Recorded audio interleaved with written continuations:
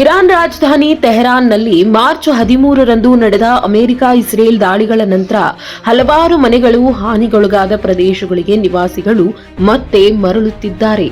March 15ರಂದು ಸುದ್ದಿಸಂಸ್ಥೆ Reuters ಸ್ಥಳೀಯರೊಂದಿಗೆ ಮಾತನಾಡುವಾಗ ಅವರ ಮಾತುಗಳಲ್ಲಿ ನೋವು, ಭಯ ಮತ್ತು ಅದಕ್ಕೂ ಮೀರಿದ ಧೈರ್ಯ ಸ್ಪಷ್ಟವಾಗಿ ಕಂಡಿತು. We will rebuild everything better from the start, just as we are rebuilding our country and moving closer to our ideals. Just knowing that the enemy is being defeated is sufficient for us. ಎಲಾಹೆ ಮೋವಾ ಗರ್ಡ್ಹೋಸ್ಟ್ ತಮ್ಮ ಅನುಭವವನ್ನ ಹಂಚಿಕೊಂಡ್ರು.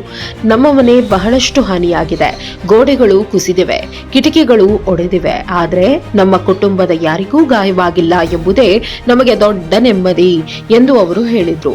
ದಾಳಿಯ ಸಮಯದಲ್ಲಿ ಕೆಳಮಹಡಿಯಲ್ಲಿ ಇದ್ದ 1 ತಿಂಗಳ ಮಗು ಸುರಕ್ಷಿತವಾಗಿ ಹೊರಬಂದಿರುವುದು ಅವರಿಗೆ ಅತ್ಯಂತ ಸಂತೋಷ ತಂದಿದೆ. ಆ ಪುಟ್ಟ ಮಗು ಯಾವುದೇ ಗಾಯವಾಗದೆ ಸುರಕ್ಷಿತವಾಗಿ ಹೊರಬಂದಿತು. ಅದನ್ನ ನೋಡಿದಾಗ ದೇವರು ನಮ್ಮನ್ನ ಕಾಪಾಡಿದ್ದಾನೆ ಎನ್ನುವ ಭಾವನೆ ಬಂತು ಎಂದು ಭಾವುಕರಾಗಿ ಹೇಳಿದ್ರು. ತೆಹರಾನ್ನ ಹಲವು ನಿವಾಸಿಗಳು ಈಗ ತಮ್ಮ ಮನೆಗಳ ಅವಶೇಷಗಳ ನಡುವೆ ನಿಂತು ಮತ್ತೆ ಬದುಕನ್ನ ಕಟ್ಟಿಕೊಳ್ಳುವ ಪ್ರಯತ್ನದಲ್ಲಿದ್ದಾರೆ. ಮನೆಗಳು ಹಾನಿಯಾಗಿದ್ರೂ ತಮ್ಮ ಮನಸ್ಸಿನ ಧೈರ್ಯವನ್ನ ಕಳೆದುಕೊಳ್ಳದೆ ಅವರು ಮುಂದೆ ಸಾಗಲು ನಿರ್ಧರಿಸಿದ್ದಾರೆ. ಯುದ್ಧದ ಭೀತಿ ಮತ್ತು ಅಶಾಂತಿಯ ನಡುವೆಯೂ ಸಾಮಾನ್ಯ ಜನರು ತಮ್ಮ ದಿನನಿತ್ಯದ ಜೀವನವನ್ನ ಪುನಃ ಆರಂಭಿಸಲು ಯತ್ನಿಸ್ತಾ ಇದ್ದಾರೆ. ಮತ್ತೊಬ್ಬ ನಿವಾಸಿ ಮೊಹಮ್ಮದ್ ತಹೇರಿ ತಮ್ಮ ಮನೆ ಸಂಪೂರ್ಣವಾಗಿ ಹಾನಿಗೊಂಡಿರುವುದನ್ನ ತೋರಿಸುತ್ತಾ ಮಾತನಾಡಿದ್ರು. ನಮ್ಮ ಮನೆ ಈಗ ಅವಶೇಷಗಳಾಗಿ ಬಿದ್ದಿದೆ, ಆದ್ರೆ ನಮ್ಮ ಮನಸ್ಸಿನಲ್ಲಿ ಇನ್ನೂ ಧೈರ್ಯ ಇದೆ ಎಂದು ಅವರು ಹೇಳಿದ್ರು. ಅವರ ಮಾತಿನಲ್ಲಿ ಒಂದು ರೀತಿಯ ಪ್ರತಿರೋಧದ ಮನೋಭಾವವು ಕಂಡುಬಂತು.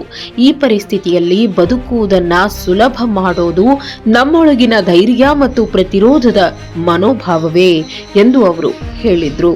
ಇದರ ನಡುವೆ ಯುದ್ಧ ಈಗ 3ನೇ ವಾರಕ್ಕೆ ಕಾಲಿಟ್ಟಿದೆ. ಅಮೆರಿಕ ಮತ್ತು ಇಸ್ರೇಲ್ ನಡೆಸಿದ ದಾಳಿಗಳ ನಂತರ ಇರಾನ್ ತನ್ನ ಪ್ರತಿದಾಳಿಗಳನ್ನ ಮುಂದುವರಿಸಿದೆ.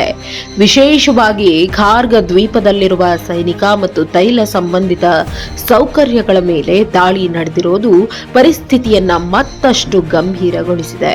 ಖಾರ್ಗ್ ದ್ವೀಪವು ಇರಾನ್ಗೆ ಅತ್ಯಂತ ಪ್ರಮುಖ ತೈಲ ರಫ್ತು ಕೇಂದ್ರವಾಗಿದೆ.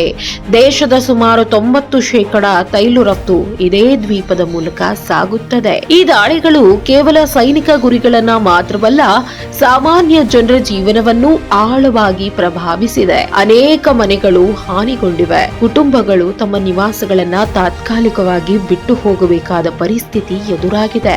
ಕೆಲವು ಜನರು ಇನ್ನೂ ತಮ್ಮ ಮನೆಗಳಿಗೆ ಮರಳಲು ಹೆದರುತ್ತಿದ್ದಾರೆ.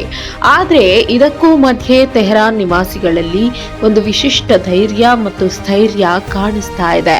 ಮನೆಗಳು ಕುಸಿದರೂ ಬದುಕಿನ ಆಸೆ ಕುಸಿಯಲಿಲ್ಲ ಎಂಬುದು ಅವರ ಮಾತುಗಳಿಂದ ಸ್ಪಷ್ಟವಾಗುತ್ತದೆ. ತಮ್ಮ ಮಕ್ಕಳ ಸುರಕ್ಷತೆ, ಕುಟುಂಬದ ಒಗ್ಗಟ್ಟು ಮತ್ತು ಬದುಕಿನ ಮೇಲಿನ ನಂಬಿಕೆಯೇ ಅವರಿಗೆ ಮುಂದುವರಿಯುವ ಶಕ್ತಿಯಾಗಿದೆ.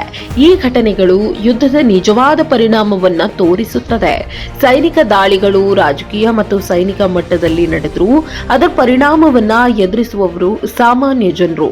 ಮನೆಗಳ ಅವಶೇಷಗಳ ನಡುವೆ ನಿಂತು ಬದುಕಿನ ಹೊಸ ಅಧ್ಯಾಯವನ್ನ ಆರಂಭಿಸಲು ಪ್ರಯತ್ನಿಸುವ ತೆಹರಾನ್ ನಿವಾಸಿಗಳು ಯುದ್ಧದ ನಡುವೆಯೂ ಮಾನವೀಯ ಧೈರ್ಯದ ಉದಾಹರಣೆಯಾಗಿ ಕಾಣಿಸ್ತಾ ಇದ್ದಾರೆ. ಅವಶೇಷಗಳ ನಡುವೆ ನಿಂತು ಅವರು ಹೇಳ್ತಾ ಇರುವ ಒಂದು ಸಂದೇಶ ಮಾತ್ರ ಸ್ಪಷ್ಟವಾಗಿದೆ: ಮನೆಗಳು ಕುಸಿದಿವೆ, ಆದ್ರೆ ಮನಸ್ಸು ಕುಸಿದಿಲ್ಲ, ಧೈರ್ಯ ಇಮ್ಮಡಿಯಾಗುತ್ತಿದೆ ಅನ್ನೋದು. ಯಾವುದೇ ಸುದ್ದಿಯ ಅಪ್ಡೇಟ್ ಅನ್ನ ಮಿಸ್ ಮಾಡ್ಕೊಳ್ಬಾರ್ದು ಅಂದ್ರೆ ಈಗ್ಲೇ ಒನ್ ಇಂಡಿಯಾವನ್ನ ಸಬ್ಸ್ಕ್ರೈಬ್ ಮಾಡಿ. ನಿಮಗೆ ಬೇಕಾದ ಭಾಷೆಯಲ್ಲಿ ಎಲ್ಲಾ ಸುದ್ದಿ ತಿಳಿಬೇಕು ಅಂದ್ರೆ ಒನ್ ಇಂಡಿಯಾ ಆಪ್ ಅನ್ನ ಡೌನ್ಲೋಡ್ ಮಾಡ್ಕೊಳ್ಳಿ.